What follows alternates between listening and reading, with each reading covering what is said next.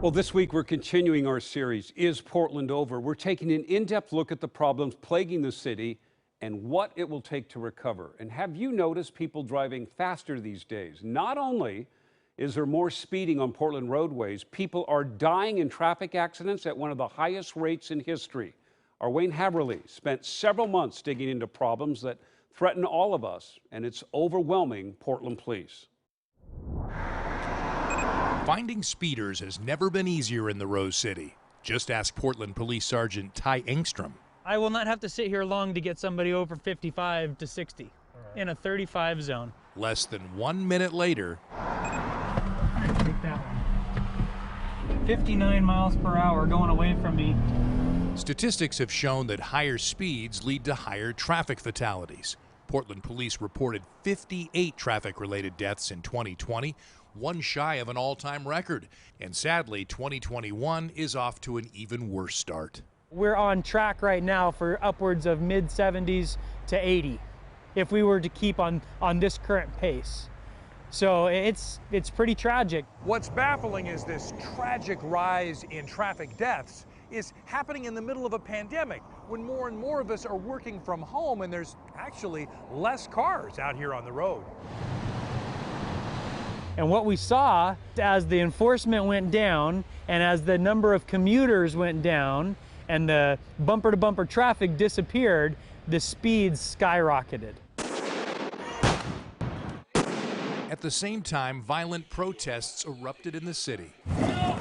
City leaders pulled police resources from the traffic unit back to precincts to help handle the ongoing crisis. Making matters worse, a rash of officers have since retired or took jobs in other cities, leaving Portland with the fewest number of officers on the force since the early 1990s.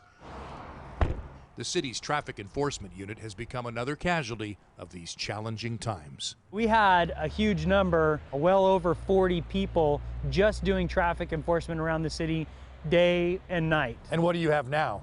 Now it's me. Even Sergeant Engstrom can only patrol the streets part-time.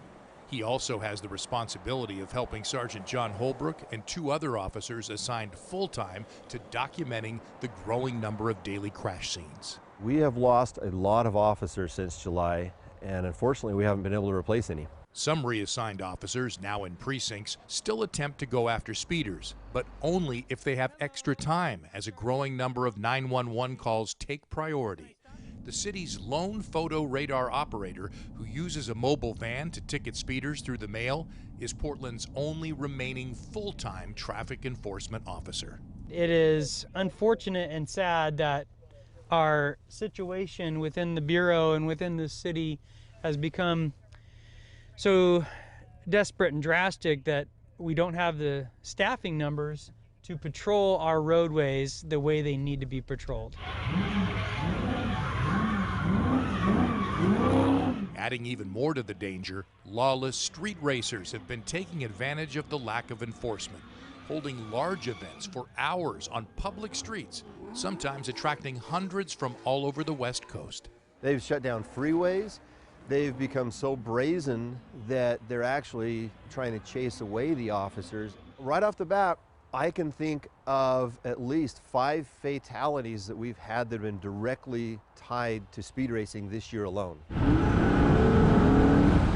But it's not just illegal racers hitting high speeds. The speed bug on Portland roadways is spreading fast with no end in sight. Unfortunately, you are getting a ticket because 59 is way too fast. The tickets for those caught are certainly whopping. All right, be safe.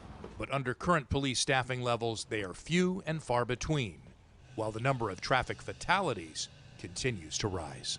If you want us to be able to help patrol your roadways and keep you guys safe, then we need support so that we can have the staffing levels that we need to return our traffic officers to traffic enforcement. So where do we stand now? As of today, there have been 26 traffic-related deaths in Portland. Last year at this time, there were 16 traffic-related deaths. And to put that in perspective, remember last year ended up being the worst year for traffic-related deaths in over 3 decades. Wayne Haverly, Point 6 News. Now, we also talked with local road safety advocates, including Bike Portland and Oregon Walks, about the alarming number of traffic deaths. Well, both organizations support better laws for cyclists and pedestrians, including more funding for bike lanes, sidewalks, and crosswalks, and fewer cars on the roads. While they agree that there is a problem, they don't think more traffic enforcement officers on the streets is a solution.